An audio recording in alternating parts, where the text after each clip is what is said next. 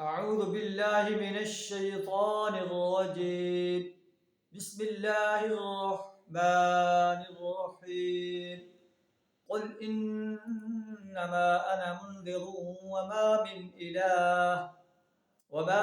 إله إلا الله الواحد القهار. رب السماوات والأرض وما بينهما العزيز الغفار. قل هو نبأ عظيم أنتم عنه معرضون. صدق اللہ العظیم.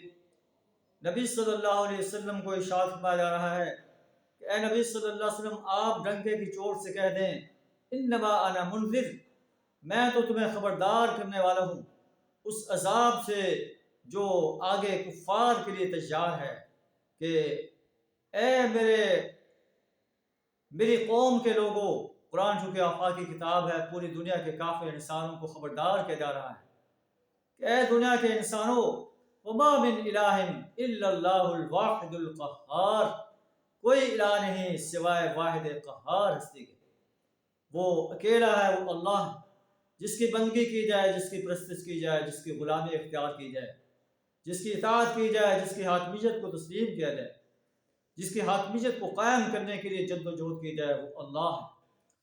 رب السماوات والارض وما بینہما، جو آسمان و زمین اور اس کے درمیان جو کچھ ہے اس کا رب ہے، العزیز، بڑا طاقتور ہے، بڑا غالب ہستی ہے، الغفار، معاف کرنے والا ہے۔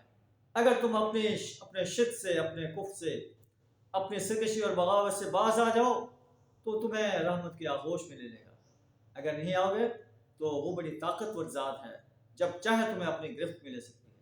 یہ ایک بہت بڑی خبر ہے کہ الہ صرف ایک ہے، اللہ الواحد القہار، واحد و قہار ہستی ہے۔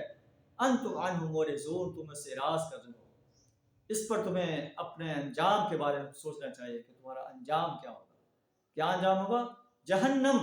جہنم کی آگ، یصلونہا، جس میں یہ جھلسیں گے اور ہمیشہ ہمیشہ اس کے اندر جو ہے جلتے رہیں گے۔ اللہ سے دعا ہے ہمیں سرکش اور باغی بننے سے اپنی پناہ عطا فرمائے، اپنی ہی پرستش، اپنی ہی بندگی، اپنی ہی اطاعت کرنے کی توفیق عطا فرمائے۔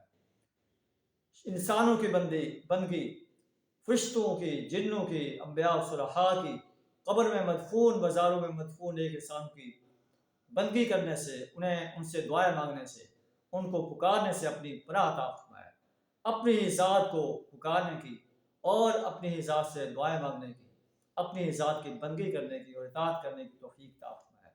وآخر دعوانا الحمد للہ رب العالمین۔